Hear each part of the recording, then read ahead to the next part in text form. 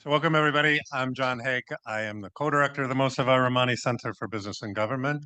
I wish I could say that we actually had planned for Trump to introduce tariffs over the weekend on Mexico and Canada and China, but he did that all on his own.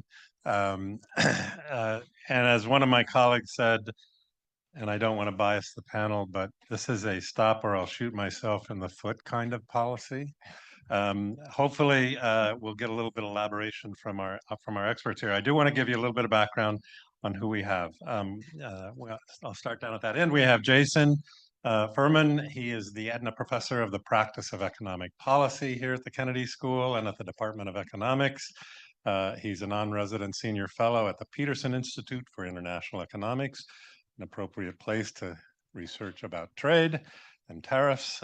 He co-teaches Ec 10, the Principles of Economics at the undergraduate level, which is the largest course at Harvard.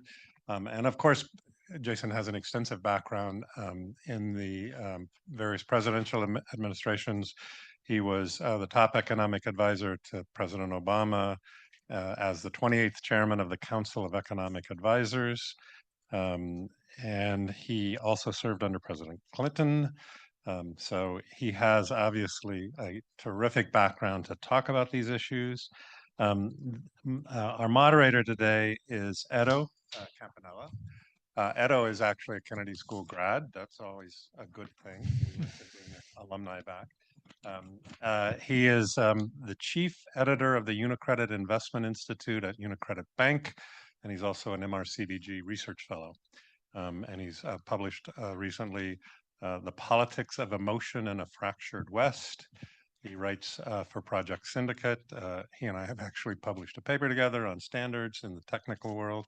And he's on a David Rockefeller Fellow of the Trilateral Commission. I can go on and on about a few things here, but that's his background.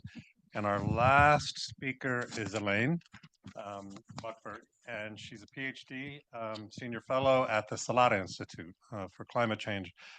But in some ways, for this discussion, another critical appointment that she had was as the chief economist of General Motors. And I think there are significant issues, obviously, with these tariffs around supply chains and the movement of goods and services back and forth across borders that she will have some perspective on. She headed long-term forecasting of auto segments and vehicles, including things like forecasting and analysis of electrical vehicle adoption. I could go on. She was also in government, Deputy Assistant Secretary for Policy Coordination at the Treasury.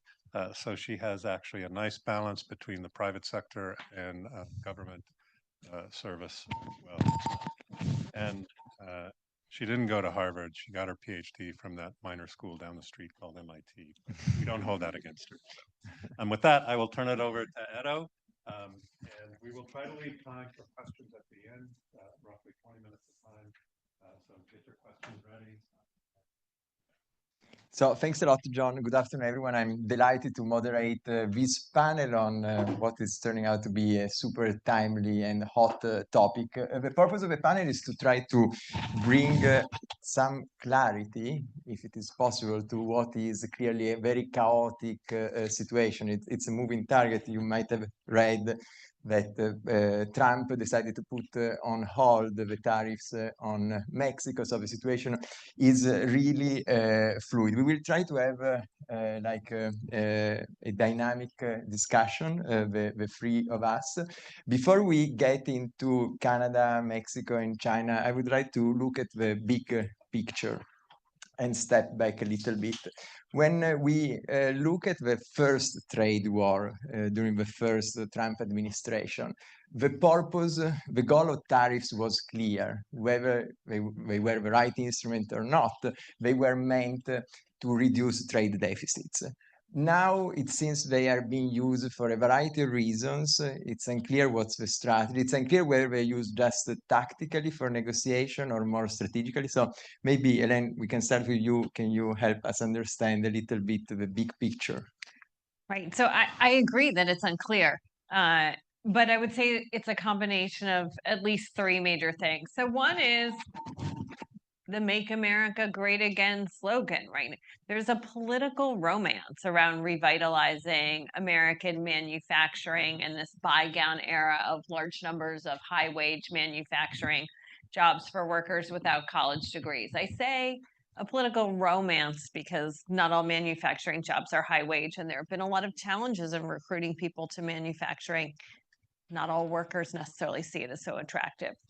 Number two, it's this tactical aspect. It's about negotiating wins on other things and demonstrating that you're doing something, that President Trump is doing something, and with his self-claimed deal-making prowess. So, you know, with respect to Mexico, on which there's now a 30-day stay, those negotiations are primarily about fentanyl and immigration. With China, I think they're primarily about fentanyl. That's what's been stated. And frankly, I'm quite unclear with respect to Canada what the negotiating objective is. And I think that third, I think President Trump actually really believes in tariffs as a source of revenue. But let's make a few other high-level points. So first of all, auto is the most visible and politically resonant aspect of manufacturing. And if you look at imports from the 3 affected countries, so Mexico, Canada, and China, vehicles are the number 2 imports. If you actually included the auto supply chain, I think it would be really rivaling oil and gas for number 1. This will be incredibly disruptive to U.S. auto manufacturing and North American manufacturing, which going back to the mid-1990s and the negotiation of NAFTA has really been across North America as if those borders did not exist. That when USMCA was negotiated and the U.S. International Trade Commission issued a report about it, they said that a typical component had parts that had crossed the borders between the U.S. and Mexico and between the U.S. and Canada 7 times before actually going into a vehicle that's assembled. And these tariffs, by the way, will be charged every single time a part crosses the border with no drawback or credit for re-export or content that's been tariffed already. It will definitely be inflationary. Ben Bernanke wrote this seminal paper that said that uncertainty is bad for private investment and that investors will delay investment in the face of uncertainty, and therefore it's also bad for growth. And having sat in, top level meetings at General Motors during the China trade wars, it's definitely true. If I were back at GM today, I would be running a ton of different scenarios, and I would expect to be doing so for a long time, because I think this will be a volatile thing. But if these tariffs are put on and they last, I expect to see lots of distress at auto suppliers and also potentially at auto plants in the US, because there's so much disruption to the supply chains and to the costs. And that suppliers may not have the financial wherewithal to withstand big increases in their costs. And that will be negotiations going up the supply chain all the way to the automakers. And if we see plant stoppages, something didn't come through, or difficult negotiations, that could be, that could make the Trump administration question their own policies of putting on tariffs. Because if you have suppliers or plants in a wide range of states and congressional districts experiencing visible shutdowns, I think that could be very politically difficult to sustain the tariff policies. Thanks. And maybe, Jason, we can stick to this question for a moment before we move on. So, in your opinion, are tariffs being used tactically or strategically? Yeah, so first of all, I want to apologize in advance. I think a good panel has like lots of debate, people at each other's throat, calling the other person an idiot. I don't think that's going to happen here. And there's, I don't know, maybe 10,000 members of the American Economic Association. I assume Elaine is one, I'm one. There's probably one of them you could have found to debate the other side of this topic, one out of those 10,000, and maybe not even. So partly what you're going to hear is that most economists, and when I say most, I mean sort of like 99.9%, agree on these things, and so want to portray that. The way President Trump thinks about tariffs, I think, is benefit. One benefit is you're raising additional revenue, as Elaine said. A second benefit is that you're increasing jobs and manufacturing and reducing the trade deficit. And then you're also getting another benefit of this leverage in a negotiation. So that's the way he sees it. Sometimes trade restrictions can be cost benefit, and then you have to ask, do the costs outweigh the benefits or vice versa? When we put sanctions on Russia, for example, no one said that was going to make America great again, return manufacturing jobs to America, help American consumers afford things. There were no economic arguments made for that. In fact, the Biden administration and the Obama administration, we'd done sanctions too, acknowledged those actually did impose a cost on families, and they did have downsides for Americans. But then they argued there is a benefit in terms of national security, either deterring invasions or reducing the Russian war machine or punishing them or whatever it is. I think their judgment, and I would agree with them, was that the cost to Americans was really quite small. The benefit for national security was quite meaningful, and so it was worth doing. But you could do a different cost-benefit calculation. There's a final way of looking at it that I think might actually be the appropriate one for viewing this latest round of actions, which is cost. Elaine has done some of the economic cost side, and she talked about the auto industry, not because she worked in the auto industry, but because that really is the biggest place you're going to see effects. Prices for consumers, there have been estimates of an extra $3,000 per car. In terms of jobs, you've seen it in the stock price of the auto companies, were the hardest hit today. And the thing to understand is some of this is trying to cure a trade deficit. First of all, trade deficit isn't inherently a bad thing. I run a trade deficit with Harvard Bookstore. I run a trade surplus with Harvard University.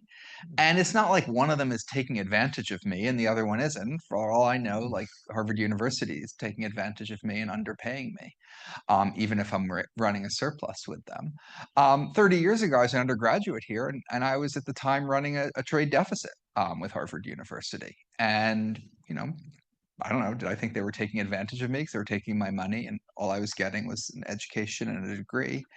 I'm not sure. So this like which side of it is good or bad isn't really a very coherent thing. Moreover, even if you're troubled about a trade deficit, the thing to understand is the biggest exporters are also the biggest importers. Boeing is a huge American exporter. How does it make planes? By importing tons of stuff, tons of parts, tons of steel. You reduce Boeing's imports by putting tariffs on them, and you're going to reduce Boeing's exports of jets. And there's a set of macroeconomic logic and movements of exchange rates that help bring this about. You know, you look at something like steel, and the steel workers went out and said, these tariffs are great on steel. We really want them on steel, but don't do them on oil.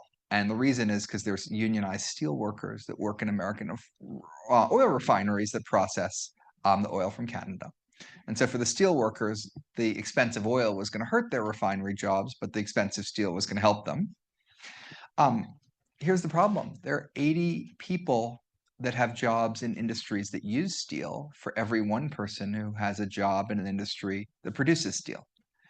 And so, yes, a tariff on steel helps the steel workers, but it hurts the auto workers, for example. It makes it harder to have competitive cars.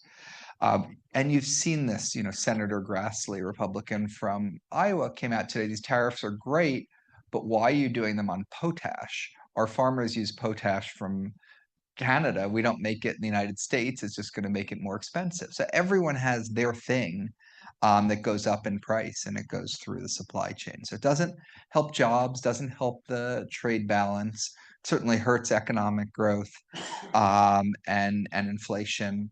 Probably higher interest rates, not definitely. It depends on whether the Fed is more worried about the hit to growth or the increase in inflation. So that's the cost side economically. And then in terms of national security, it's not my expertise, but it's sort of hard to understand what's going on here vis-a-vis Canada, especially. There are 20 tons of fentanyl stopped at the border per year coming from Mexico. There are 20 tons a year stopped at the border with Canada. And by the way, the fentanyl moves both ways. They're getting fentanyl from us. We're getting fentanyl from them. Jason, you but said 20 and 20. I don't think that's 20,000 and 20. Sorry, difference of 1,000. 20,000 and 20. The second thing I'd say is, I mean, from Mexico's perspective, they're ravaged by gangs because the United States has a lot of money, doesn't enforce its laws very well, and has a lot of people that buy drugs. So it's not even obvious that this is sort of Mexico doing this horrible thing to the United States, as opposed to the United States doing this horrible thing to Mexico. And in fact, both countries, I think, have a very strong mutual interest in dealing with this. China, there are really, really important geostrategic issues. Right now, China said they're going to do less to cooperate on fentanyl because of these tariffs, not more. With other countries, you risk driving them into other regions. So it's not clear that there's, a win here. Now, maybe there will be. Maybe the president will get lucky. Maybe you'll declare a win. That's certainly what happened with Colombia, where he went back to basically the same system of deportations that Biden had and declared it a huge victory. So just to summarize, I think the president thinks of it as benefit. I think sometimes things are cost benefit and it's worth paying a cost to negotiate on a goal. I think here it's probably cost. So thanks a lot. You both mentioned a number of things like increasing revenues that could derive from higher tariff, trade deficit, revitalization of the manufacturing state. So we will get there in a moment. I would like to stick to Canada for a second. Why on earth, if you want to start a trade war, you hit harder one of your closest ally and you go lighter with China? I prepared some charts here, and this is on tariffs. So you can see that the tariff on Canada and Mexico will tend to be higher than even China, higher than the EU in the worst case scenario where you have 20% tariff. Canada is exposed for close to 15% of GDP to the US, China only 2-3%. So why Canada? Or maybe you don't have an answer to that, because if you do, I'm happy to hear. I have an answer, or I have a theory, Okay. but it's not an economic theory. You know what and I also admit that I'm not an expert in international relations, but over decades, my observation is that foreign relations, especially at the highest level, at the Secretary of State or head of government, head of state level, is partly about relationships and the ability to form a relationship.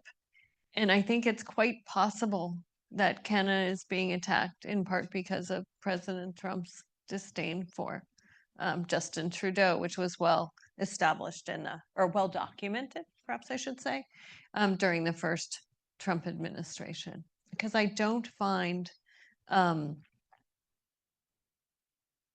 Jason said, the stated reasons don't seem to match up with the facts. And even assuming that with Canada will happen like with Mexico, the tariffs get frozen, do you think they have, in a way, at least temporarily, compromise the relation?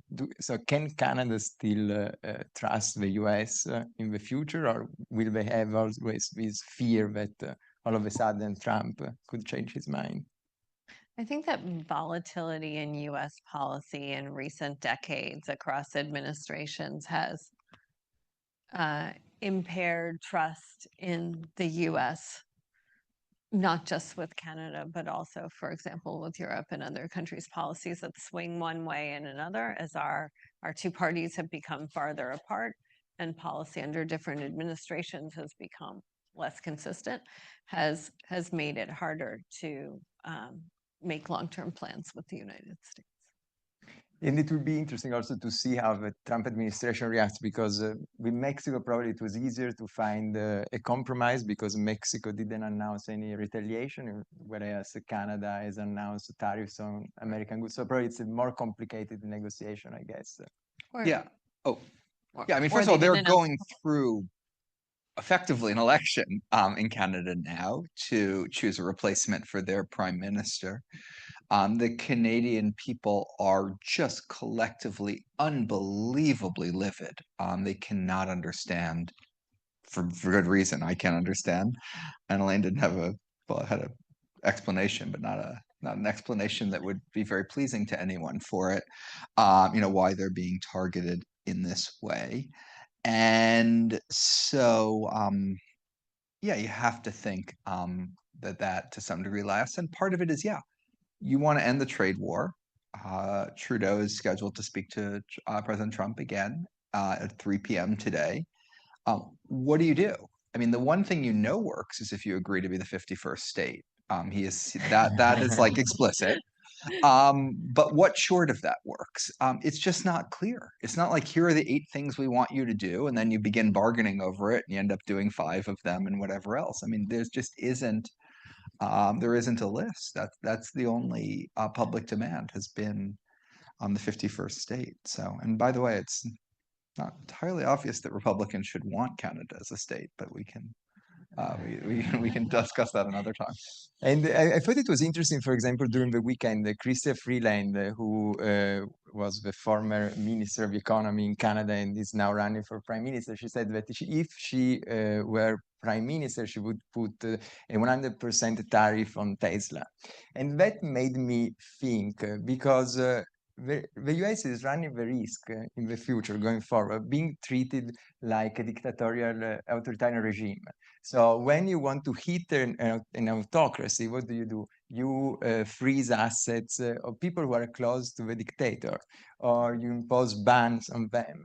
And the easiest thing to do, also potentially for European going forward, is precisely to target people like Elon Musk. Do you see this risk, or? Well, Europe's playbook in the last trade war, in the last Trump term, was we're going to hit stuff from red states. So Kentucky and Tennessee whiskey, for example. We're going to try to hit at political influence that could affect the White House. So Elon Musk is just perhaps a more targeted way of doing that. And also the Given Chinese his probably did the same back in the days. They targeted goods that were produced in Republican states. And look, and part of this gets at what John Haig was quoting Larry Summers in the beginning, saying, "Stop or you shoot myself in the foot." That's what the United States has done. But when Canada threatens its retaliation, that retaliation is hurting Canada a lot. There is an asymmetry here, by the way. I mean, people are talking about this causing a recession in Canada. People are talking about it taking a half point off growth in the United States. So we matter much, much more to Canada than Canada matters to us. So there is an asymmetry here. This is what President Trump is counting on.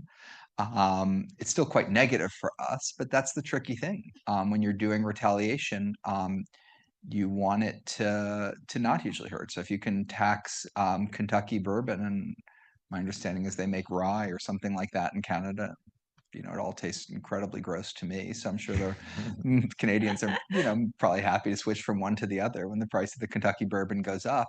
You haven't really hurt anyone in Canada, and you can sustain it. If you start doing it across the board, you end up hurting yourself even more. And so you want to keep some sanctions and some tariffs in reserve. You want to not hurt yourself. You want to deal with this asymmetry. But the asymmetry doesn't guarantee victory. I mean, someone on Twitter tweeted rather enthusiastically from the MAGA camp yesterday. about how this was David versus Goliath, and the United States was Goliath, and got a community note pointing out what had happened to Goliath. So let's try to focus a little bit more on the big picture and moving away from Canada and And the Mexico. Bible.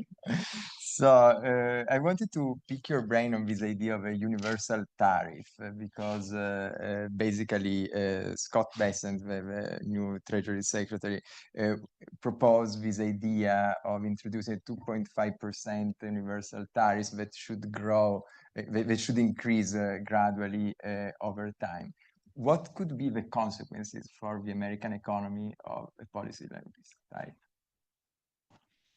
So the most important consequence is the same as these tariffs, which is that it will shrink both imports and exports. I gave you one explanation of that in terms of Boeing. Is if it can import fewer parts, it will export fewer planes. Now I'll give you the macro explanation of it. You put a tariff on imports. People want to buy less stuff from Europe and Japan, so they want to buy less euros and yen. So the value of euros and yen goes down. The value of the dollar goes up. What happens when the value of the dollar goes up? American exports are now more expensive, and so we're exporting less. And so if you did a 10% across the board tariff, it wouldn't actually be a 10% increase in prices. It would probably be about a 5% increase in prices because the dollar would probably strengthen by 5%. But the flip side of that is you're not bearing the full cost of the tariff, but now you are hurting your exporters. And by the way, giving a wealth windfall to people that had assets in the United States, foreigners that are now more valuable. Moreover, if there's foreign retaliation, then you might actually not even get that 5% appreciation. So that depends on the foreign retaliation being not at the same scale as the United States. So this type of universal tariff is basically a way of shrinking both imports and exports. And consumers benefit from imports in terms of prices, variety, and the like. Exporters benefit from exporting in terms of creating good jobs. And all of this is about, the basic idea of comparative advantage. If you should be doing the stuff you're better at, not trying to just figure out how to make like potash and avocados in your country because you can't afford to import them anymore. Let me add a few more things to that.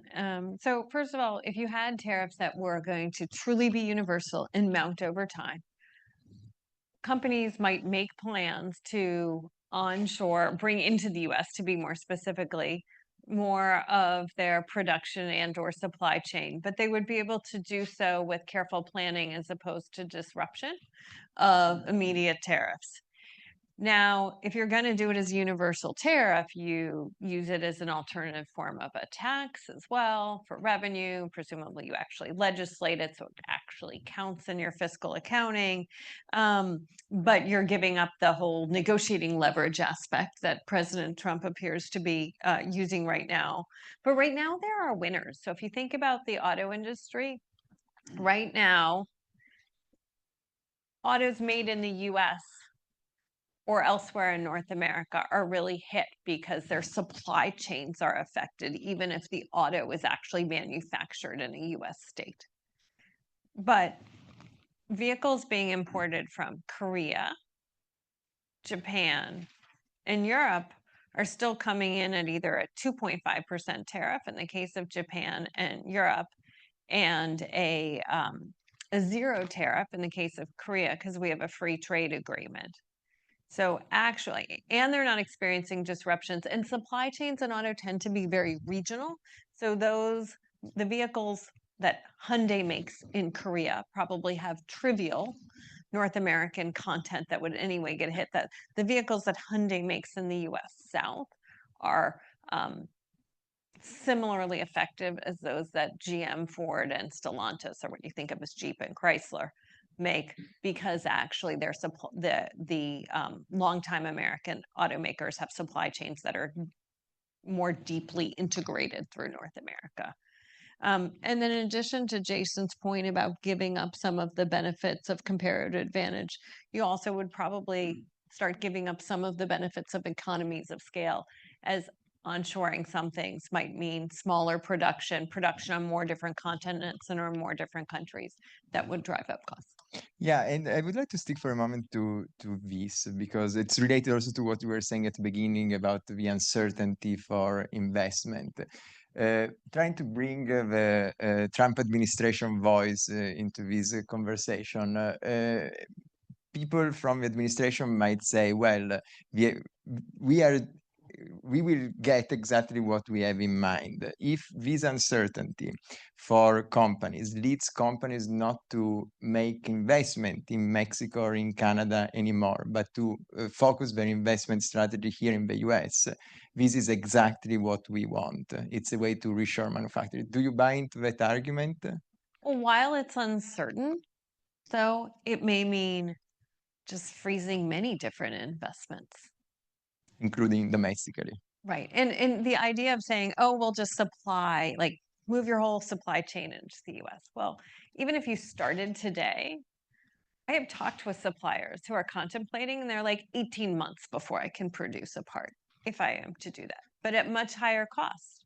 So are you going to do that if you think it's a negotiation?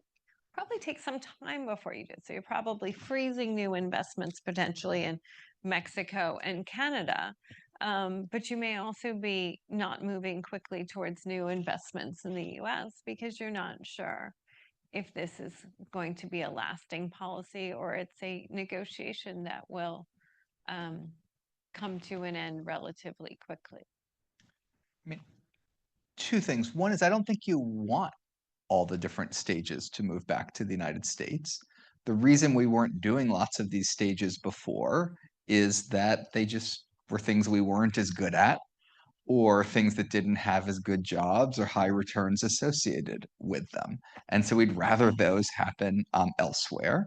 And it strengthens our industry if we have those ties. So I think for the most part, we actually, if the market doesn't want to be here, we probably don't want to be here. I mean, the unemployment rate right now is about 4%. That's roughly where the Fed wants it to be. If these jobs came back, it's not like the unemployment rate would go to 1%. The Fed would keep it at 4%. So it means we'd have more jobs in these things and fewer jobs in other things. And by the way, those other things were things that we were better at. That's why we had them before. Now, there is an exception to the logic I just gave, which is very much economic logic, and that would be in something like semiconductors, where there is, I think, a genuine and important national security issue. And that's because semiconductors, advanced semiconductors, aren't made in Canada, which would be fine with me. They're not made in Mexico, which would also be fine with me. They're made in 90% of them come from Taiwan, and that is in a currently dangerous and uncertain part of the world. And so the United States has had a goal of saying, you know, left to its own devices, the market would not bring semiconductors to the United States. So we need to do something. So far, we've chosen to do it with subsidies for the most part. And I think that's probably working. I could see an argument for doing it with trade, but here you said in a year and a half to move the auto things here, semiconductors are much, much, much, much, much harder to make than anything that goes into a car, with the exception of semiconductors where it's tied. And so you're talking about 4 or 5 years. So you don't want to put tariffs on Taiwan, which by the way might be coming next, that happen immediately. If you don't move your semiconductors here, when, you know, it would just take years and years to do that. So I think most things we actually don't want here, if they don't want to be here for national security reasons. There's a few exceptions, and there you want to be quite careful and staged in terms of how you handle it, and probably do more subsidies, immigration, competitiveness things that are positive sum than the trade things that are negative sum. So you previously mentioned the dollar and the idea that tariffs tend to lead to a stronger dollar. There are people in the administration, but also people like Zerlich, who wrote an article in the Wall Street Journal recently, who make the argument that instead of relying on tariff, it would be smarter to revitalize the manufacturing sector here, to come up with a sort of Mar-a-Lago accord similar to the Plaza Accord, this idea that basically would consist in an agreement among large economies to weaken the dollar. What's your view on that? Is it viable? Is it better than tariffs? It's just not going to happen. The dollar's a floating currency against most of the world's major currencies. It's influenced more by the choices that central banks make than that treasuries make. The ECB and the Fed aren't going to make some accord about how to manage the dollar-euro exchange rate. That'd be the first point. Second point is a number of the policies that the administration is pursuing have actually been strong dollar policies, not weak dollar policies. Tariffs, for reasons I explained, strengthen the dollar. Global chaos tends to strengthen the dollar. Even when the global chaos emanates from the United States, people still move money here. We saw that in the financial crisis. Larger budget deficits, which I think is probably where we're headed, although that's unclear because there may be spending cuts, there may be tariff revenues, but there'll also be tax cuts. But larger budget deficits strengthen it. So largely the dollar is much more determined by fundamentals than like what any group of people sitting in Mar-a-Lago want the dollar to be. There's places like China that do affect their exchange rate, but maybe we can move it a little bit, but I'd be surprised if we could move it very much. And sticking for a moment to the auto industry, because this is also an issue that we have in Europe, and I guess a front of this new trade war that might open also in Europe is about electric vehicles and the competition with China. So what we are doing in Europe, as in the US, we are trying to defend our producers through protectionist measures. Probably here in the US, it would be politically more difficult than in Europe. But do you see a case where European governments or even the American, the Trump administration try to invite Chinese companies to produce in their countries so that you don't have a negative impact in terms of jobs being destroyed by the competition? You might also retain some control in the types of technology that are being put into the electric vehicle. So basically, at the end of the day, who would lose are shareholders of traditional companies, because then they would see probably the value of their company going down. So do you see it as a viable? That is roughly what happened in the 80s with Japan. So do you see it as a possibility or not? Yeah, President Trump has said he'd like to see Chinese automakers manufacture in the US. I think it's partly in response to some plans, especially by BYD, to manufacture in Mexico and then export to the US for sale in the US. Now, President Biden used tariffs basically once, 100% tariffs on Chinese manufactured EVs and 25% tariffs on EV batteries. So already creating a pretty high wall. And in addition, under Biden policy, which I think still remains current policy, despite some of the executive orders, the EV tax credit on consumer purchases would not, that a North American made EV made by a Chinese company that had any battery content from China would not get the tax credit. So you had this additional wedge under current policy. So that would be an interesting approach to say, I assume Chinese automakers will win in EVs in the US, but just put the jobs here. And that a lot of historically policy has tried to keep the jobs here, but also been somewhat protective of the traditional American automakers. And this would be sort of saying, I don't like the existing companies. Let's bring in Chinese automakers. So that would be that would be very interesting. It's worth noting that China also has a ton of excess capacity, even more than on EVs, on gas powered. And so it's possible that we might even have a slight difference here. I don't know, but I wanted to explore it, which is, I think there's a premise that a lot of American policymakers have, that we're just better at everything than China, and they're still sort of a poor and backward country. And they're like really, really good at a lot of things. DeepSeek R1, obviously in the last week, shattered some of that complacency in the AI field. But the whole clean energy space, including electric vehicles, they're just much better than us. And how do, when you're sort of a poorer, backward country, which the United States sort of is on this, how do you learn? You get foreign direct investment from the richer, better, more advanced country, and you learn from it. And so for me, I had thought under 6 months ago, I thought the end game of the EV tariffs in Europe was getting China to invest more on EVs in Europe, and I didn't think that was the end game for the United States. I think it might be now, and if it is, I think that's good because I think we have a lot to learn from China. And you may wonder, I said we don't need to make everything here. You don't need comparative advantage. I'm sure semiconductors are important for national security. I'm sure like toys aren't.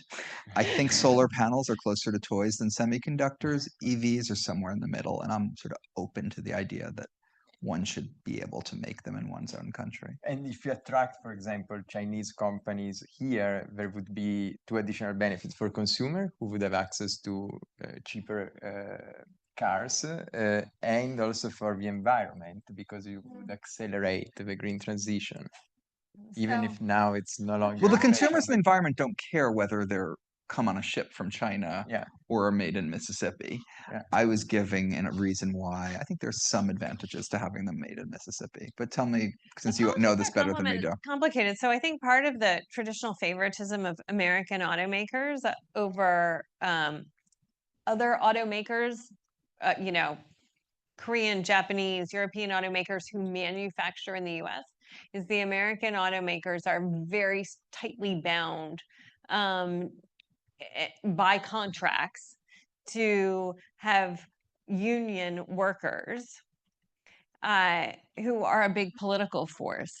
And the transplant automakers have non-union workforces. So that has been, and Trump did relatively well with unions for a Republican candidate. So, I mean, that's part of the complicated politics of this.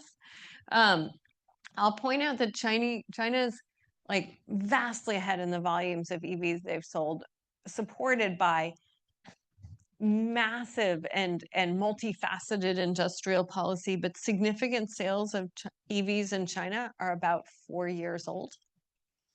And it was as negligible there as it was here before that. And the advantage is very, very recent, thanks to kind of massive subsidies. And when Chinese EVs are sold in Europe, they sell for twice the price they sell in China, taking hefty margins. So I have one last question before we start the Q&A. So for you, probably, Jason, Trump has introduced the external revenue services that is equivalent to the internal revenue services. So basically, the political message is saying is that he can tax foreigners in a way. You already partly answered the question, but then I would like to move on a little bit. Who pays for tariffs, domestic consumer or foreigners? And the question that I have on this is, are tariffs really important from a fiscal point of view to rebalance the budget? Are these a potential source of revenues that is relevant for the government? Yeah, so I'll answer that briefly, and then I'll answer a question you didn't ask without any pretense that it's related to the question you did ask. So first of all, we already have a customs bureau. They collect tariffs on things that come into our country, so we could rename it the External Revenue Service, but not going to change it very much. We get a very, very small share of our revenue, a few percent at most, from tariffs right now. Historically, we got a larger share of our revenue, but still not much of a share of GDP. So the US government is just much bigger than it was 150 years ago. So unless you want to stop Social Security and stop Medicare, you're going to need to tax things other than just imports into the country. Moreover, from an efficiency perspective, economics says you generally want to have neutral taxes. You want to tax as many things as possible as at lower rate as possible, rather than having distortionary taxes where this gets taxed really heavily, this gets taxed really low, and then you change people's behavior. And tariffs tend to be that. The question you didn't ask, just to put all this in perspective, this is a breathtaking amount of activity to have happened within the first 2 weeks. In President Trump's first term, it took more than a year and a half before there were any tariffs on China. And they were on, I believe, about $250 billion of exports. This may not go into effect tomorrow, may or may not go into effect next month, but it's $1.4 trillion. So it's about 6 times larger scale, and it's happening within 2 weeks.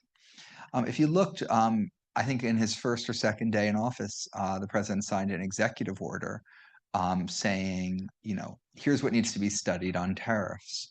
The national security, you do that. Commerce, who's breaking the trade rules, who's doing this, where can manufacturing come back, and signed it to all these different agencies. Normally in a thing like that, you give people like 90 or 180 days. I'd say 180 days to report back is the common time frame. He told them to report back by April 1st, which seemed to me breathtakingly fast, and he didn't wait.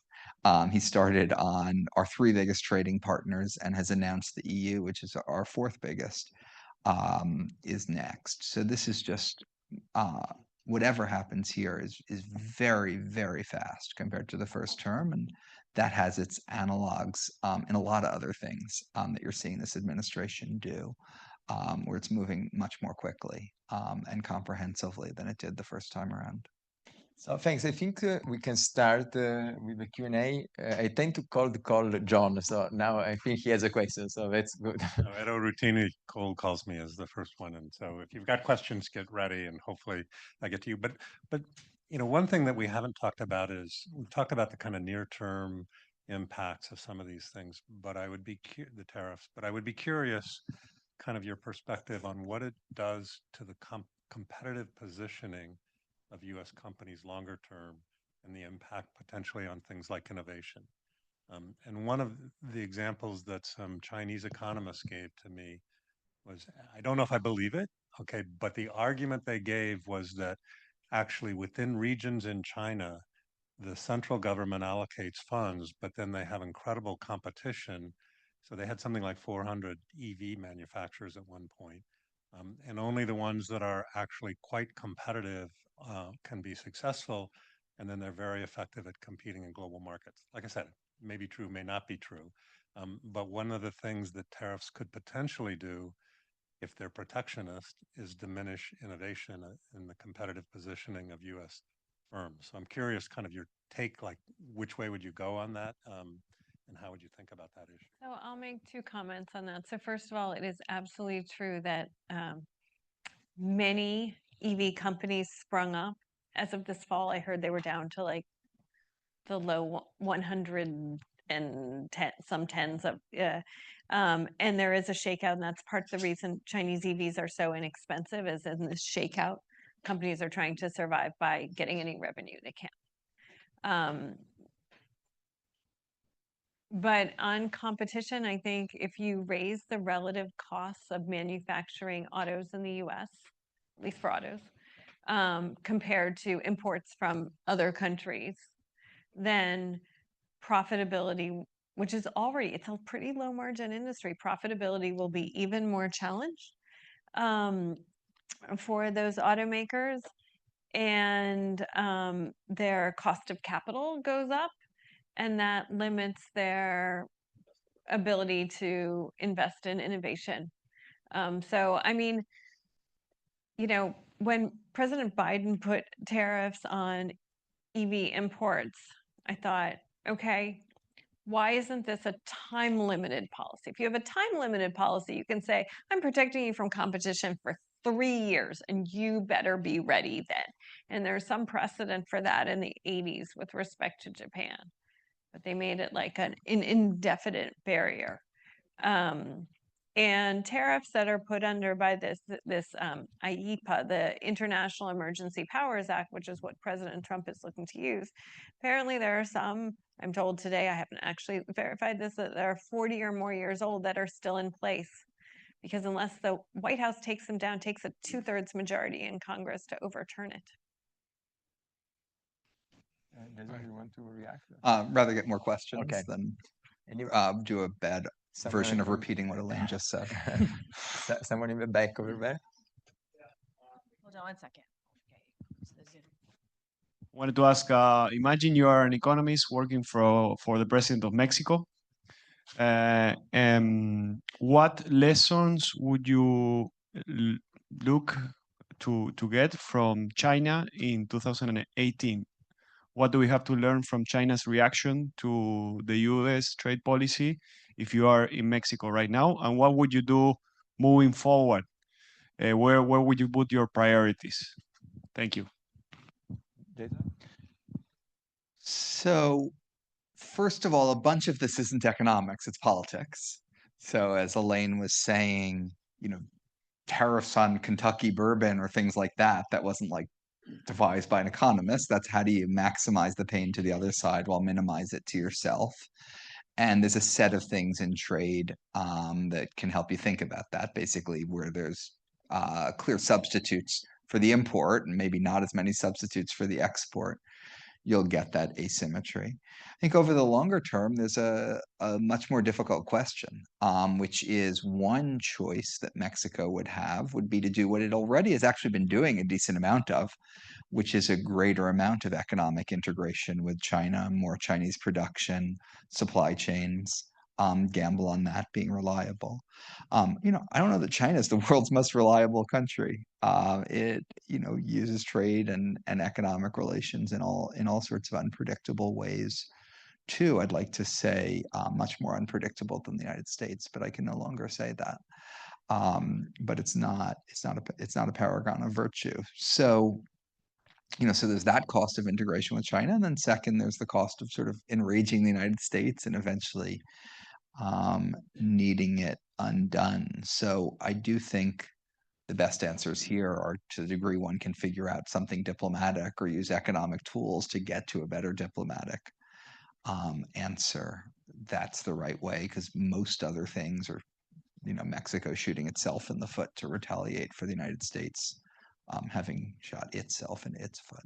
So I would have two things. So one, this scenario is different because with China in 2018 and 2019, there were sort of gradually broadening tariffs versus this is 100% from the start. But one thing China did was just keep the negotiation going, and there were threats, but they weren't realized. So that's one lesson. Then two, a potential lesson is that China reached the phase one trade deal with the US and then never actually did what it said and didn't really get called on it, at least not publicly, by the Trump administration, perhaps because the Trump administration didn't want to admit that the deal didn't work, that wasn't something they wanted to highlight. Now, I don't think Mexico's negotiating power is as strong as China's was, but I would be thinking about that.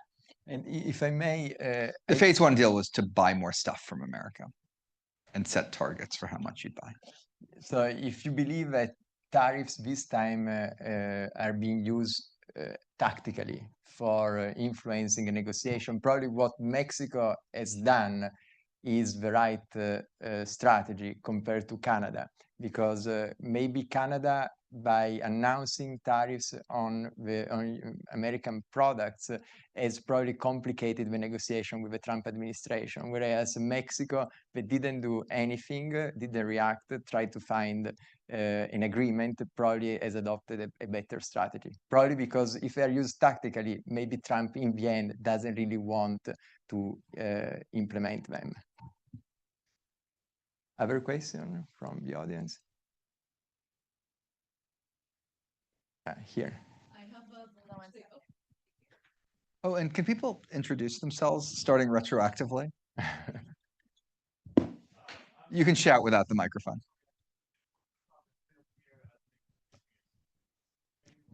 Great. Brilliant. Oh, it's working. Hi, my name is Danny, and I'm a regional studies student at GSAS. And I have potentially a very optimistically naive question, but considering how astonishingly terrible the tariffs are, do you think they're here to last? How long do you give all of these tariffs? Yeah, I mean, that's the sort of hot stove theory that you need to touch the hot stove, you get burned, you pull your hand away. And I think that's where a decent amount of the probability mass is here. We've already seen that happen on Mexico. Maybe it'll get pushed off on Canada. So I think that's a distinct possibility. There's a weird circularity here. The market moved a bunch today, but the market was not 100% sure this was going into effect and certainly didn't think it was going into effect for the long term. So you could look at the market and be almost reassured, but part of why it was reassuring you is because it thought you weren't going to do it. It wasn't giving you a verdict on what would happen if you did it. So I think that there's like an awful lot of probability mass in like if something's too crazy, it won't actually happen.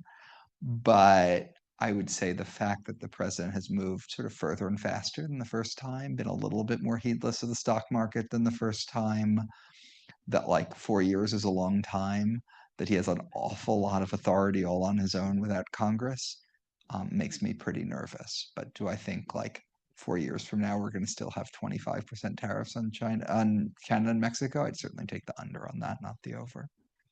I agree in that it's uncertain, right? And it could be a lot of back and forth and volatility. And I guess one of the first things I point to is the fact that President Trump said he'd impose tariffs on February 1, which was Saturday. On Saturday, February 1, he said, I'm going to impose tariffs, but they're going to start on Tuesday, February 4. Okay, well, February 4 isn't February 1. And by the way, it's also not Monday.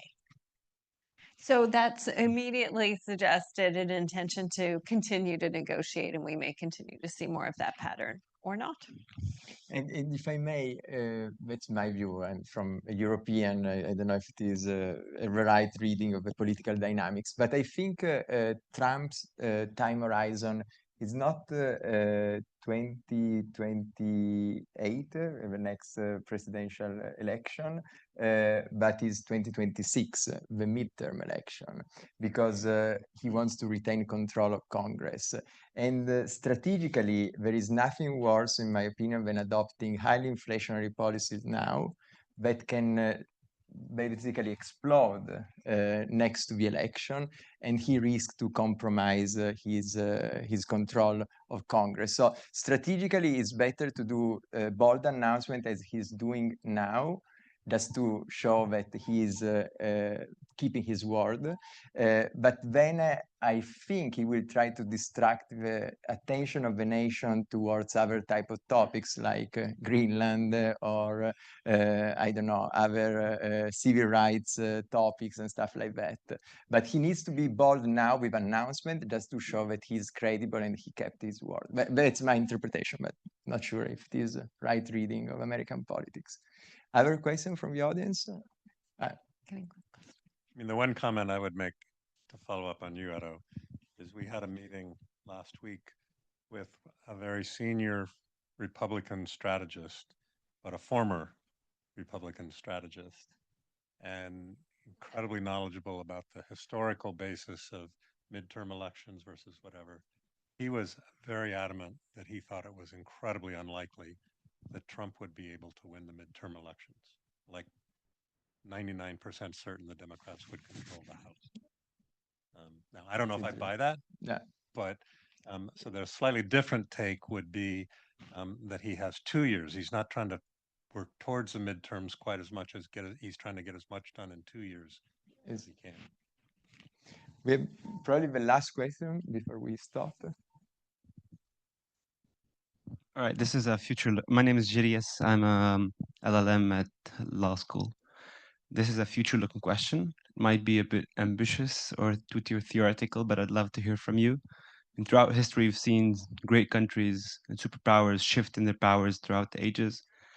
Could this lead to a world where people look less towards the US as a trading partner and more towards each other in a more apocalyptic way?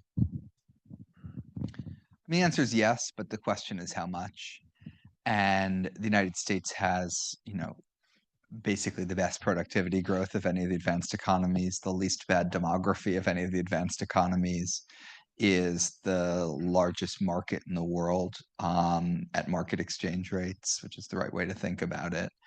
And so, to some degree, and this gets to your question too, most countries in the world, if they're like decided to embark on an experiment in autarky, they would sort of all starve to death within 6 months. We'd be able to make food and even like be able to maybe make cars and even like some gasoline to put in those cars. And so we're like a little bit more like error proof.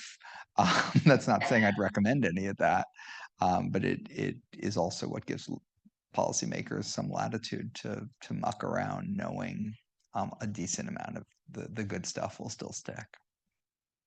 Then, any comment? I think that was a fine analysis by Jason, but perhaps we've agreed too much, but I think it's been a good discussion. Yeah, it was a fun discussion. I hope it was helpful for you. We are ending at 1:30, perfect in time. So enjoy the rest of the day. Thank you.